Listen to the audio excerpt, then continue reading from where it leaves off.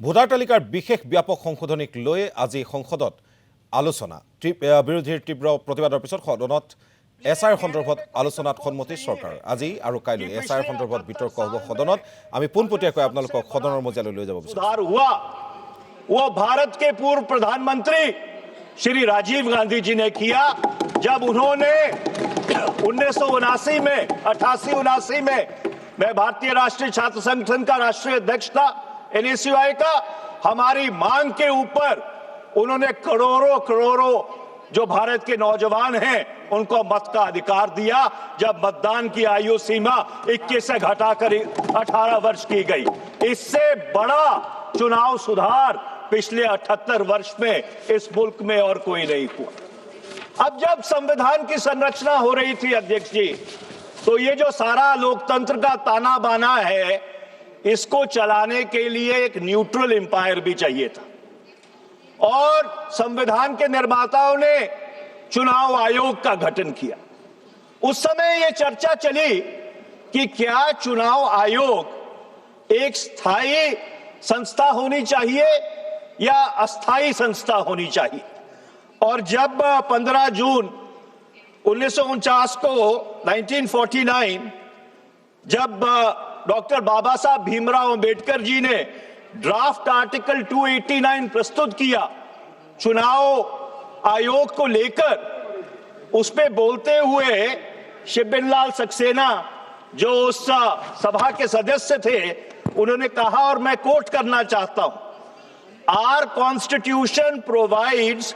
for the dissolution of the legislature when a no confidence is passed. So it is quite possible that elections to the various legislatures in the province and the center will not be concurrent.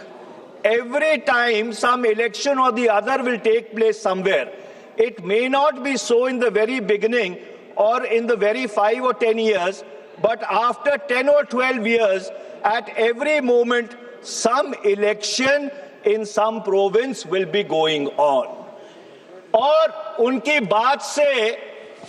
इत्तेफाक रखते हुए doctor बाबा साहब भीमराव अंबेडकर जी ने यह सुनिश्चित किया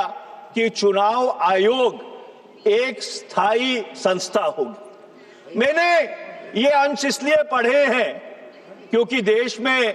one nation one election के ऊपर बहस चल रही है, पर अगर आप इस संविधान सभा की जो प्रोसीडिंग्स है उसको अपने संज्ञान में लें तो संविधान निर्माताओं ने ये देख लिया था कि भारत में 10-12 साल बाद अलग अलग समय पे अलग अलग राज्यों में चुनाव होंगे। तो इससे एक बहुत बड़ा प्रश्न खड़ा होता है कि ये एक देश एक चुनाव का कोई औचित्य बचता है कि नहीं,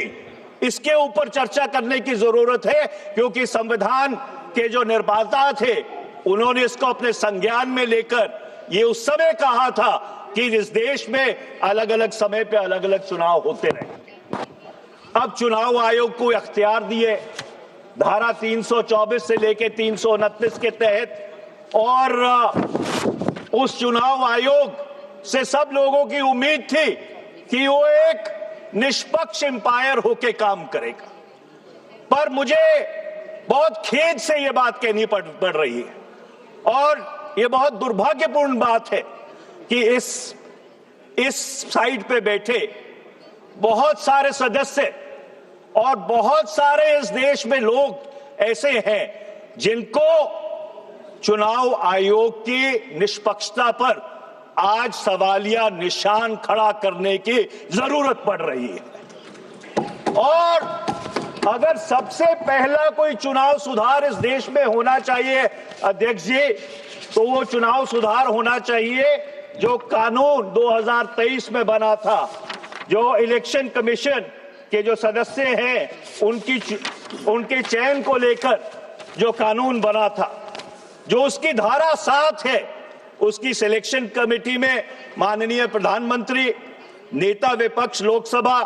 और एक कैबिनेट मंत्री जिसको प्रधानमंत्री सुनिश्चित करते हैं, वो 3 लोगों की समिति है। मेरा ये सुझाव है कि इसमें 2 सदस्य और जोड़े जाने चाहिए, एक नेता विपक्ष राज्यसभा और दूसरा नामजद तौर पर भारत के मुख्य न्यायाधीश, the chief justice of India. तो 2 लोग सरकार से रहेंगे, 2 लोग विपक्ष से रहेंगे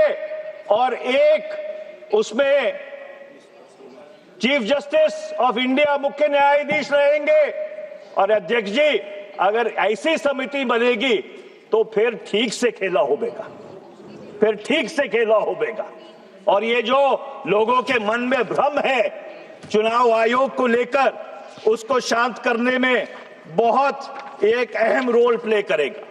अब मैं धारा 327 पे आता हूं संविधान की। अध्यक्ष जी, धारा 327 जो संविधान की है, उसने संसद को अख्तियार दिए कि वो मतदाता सूची बनाने के लिए, डिलिमिटेशन क्षेत्रों की कैसे हो, उसके लिए कानून बना सकती है। और